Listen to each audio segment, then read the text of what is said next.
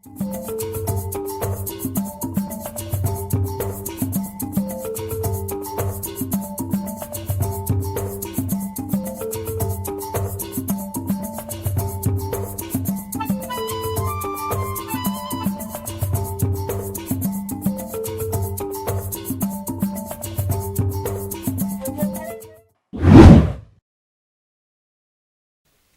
मैं हूं चंद्रभान सिंह भदौरिया और आप देख रहे हैं सीबी लाइव। हमारे शो द ग्रेट ट्राइबल के 8वें एपिसोड में आपका स्वागत है। और आज हम आपको बताएंगे कि किस तरीके से महान भीली परंपराओं में से एक शामिल है गांव में माता नु वन, यानी कि माता का जंगल। जी हाँ, ये वही कॉन्सेप्ट है जो बरसों पुराना है, सदियों पुराना है, और इसके ज़रिए हर आदिवासी गांव में जंगल को सुरक्षित करने की परंपरा रही है, जंगलों को पूजने की परंपरा रही है। और ये परंपरा क्या है, माता नु वन क्या है, ये सब कुछ बताएंगे हमारे इस एपिसोड में।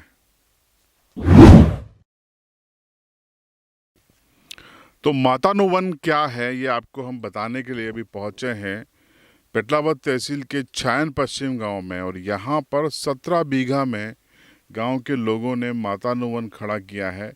बीते 5 से 7 साल के भीतर आप ये जो फॉरेस्ट देख रहे हैं, आप दिखाइए, इसमें सागौन के पेड़ भी हैं, इसमें बांस के पेड़ भी हैं, और कई तरीके के यहाँ पर वृक्ष लगे हुए हैं। तो ये जो कॉन्सेप्ट है, ये माता नु वन का कॉन्सेप्ट कहलाता है। ये तस्वीरें देखिए, ये बीते 5 से 7 सालों में खड़ा किया गया जंगल है।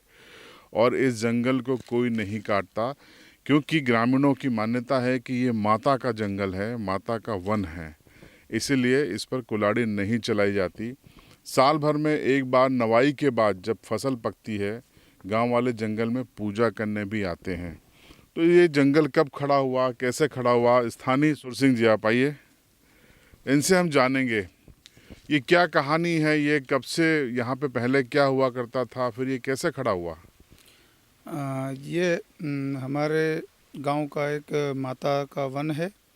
यहाँ पर पहले केवल ऐसी बंजर ज़मीन पड़ी हुई थी, तो हम लोगों ने विचार किया पहले माता का वन हुआ करता था, और उसके बाद वो उजड़ गया माता का वन। तो हमने उसको वो ध्यान में लाए कि हमारे बाप दादाओं ने जो जंगल की रक्षा करी थी, तो हम लोग मिल करके अपनी जो बंजर ज़मीन पड़ी उस पर माता का वन लगाएं, और वो पूरे गांव वाले मिल करके उस जंगल को खड़ा करेंगे, उसकी देखभाल करेंगे, और उसकी जो लकड़ियां हैं, उसके पेड़ पौधे हैं, सब मिल करके उसकी रखवाली करेंगे, और कोई भी उसको नहीं काटेगा।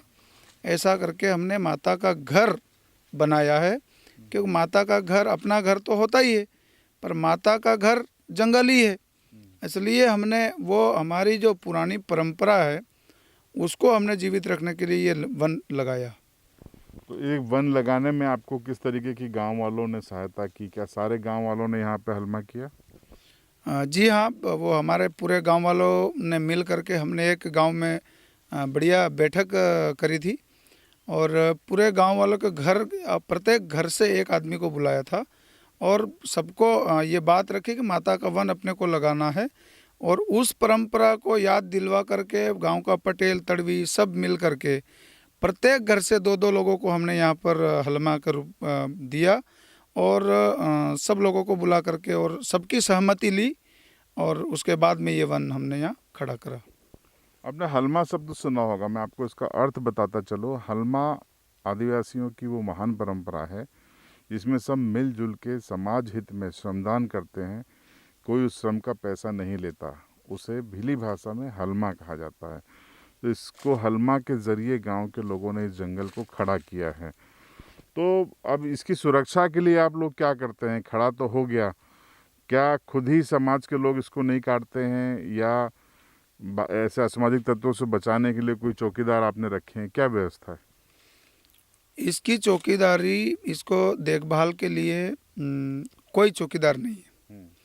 यहाँ तो सिर्फ प्रत्येक व्यक्ति गांव का, जब जैसे आस पड़ोस में खेत है, कोई व्यक्ति घूमने के लिए आ रहा है, मेरे खेत की रखवाली मैं खुद करता हूँ, वैसे ही ये माता का वन पूरे ग्राम का है।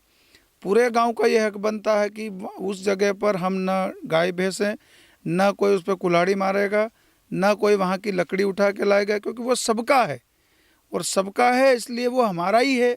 ऐसा करके इसकी रखवाली सब लोग मिल करके करते हैं। अकेला कोई व्यक्ति चौकीदार हो ऐसा नहीं है।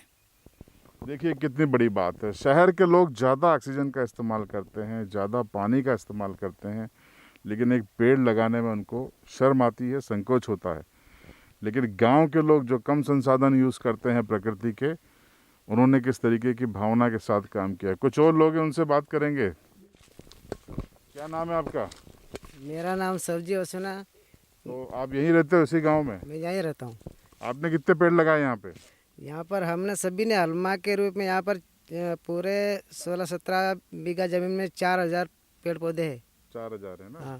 तो अभी तो तेजी से बड़े हो रहे हैं ये। हाँ, सबकी मेहनत से, पूरे गांव के सहयोग से सबने अपना अपना, जैसे अधिकांश तो क्या है, रविवार का जब छुट्टी रहती थी, जो बच्चे लोग स्कूल में पढ़ने वाले उनको बुलाते थे, बोले हम भी हलमा के रूप में आएंगे, हमारा भी योगदान आ जाएगा। तो रविवार के दिन वो बच्चे भी आते थे और सब ने मिलकर 8-8 दिन 10-10 दिन में पानी इसको दिया। अच्छा, पानी भी दिया? पानी कैसे दिया? पास में नदी, वहाँ से लाके? हाँ, वहाँ पर पहले तो यहाँ टैंकर से पिलाया था 1 साल तक, और दूसरे साल फिर सब ने, गांव वाले ने सहयोग करके ने एक वाटर पंप, जो डीजल पे वो आता है ना पंप, उससे फिर इधर पिलाए थे इनको पानी। अच्छा, ये जो पूजा होती है, आप बता रहे थे अभी कि साल में एक बार पूजा भी करते हैं गांव वाले जंगल में आके।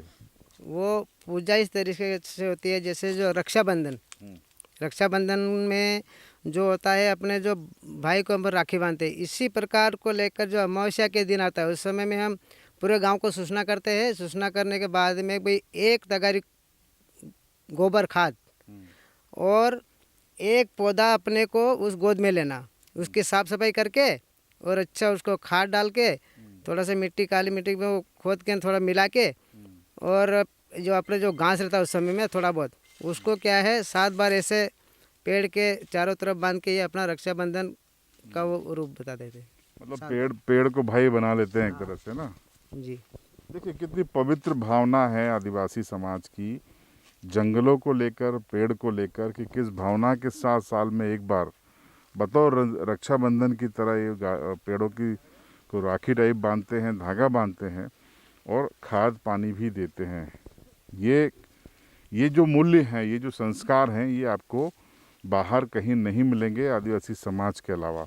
आप यहीं के हो? यहीं कैसे?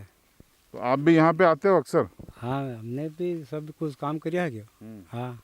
तो कैसा लगता है अब ये बड़े हो रहे हैं पेड़? तो बड़ा हो रहा था, हमने बड़ा करा नहीं, सब गांव में लगा मिली। अच्छा लगता है? हाँ, देख अच्छा के? लगता है। तो अब क्या योजना है? कुछ और जंगल बढ़ाओगे या इसी पे भी ध्यान दोगे? जमीन पर्याप्त हो गई 17 बीघा? हाँ, 17 बीघा पर्याप्त हो जी। इनमें जान तो देंगे सब, आने वाली पीढ़ी भी इनको सिखाएंगा तो जान देगा सब।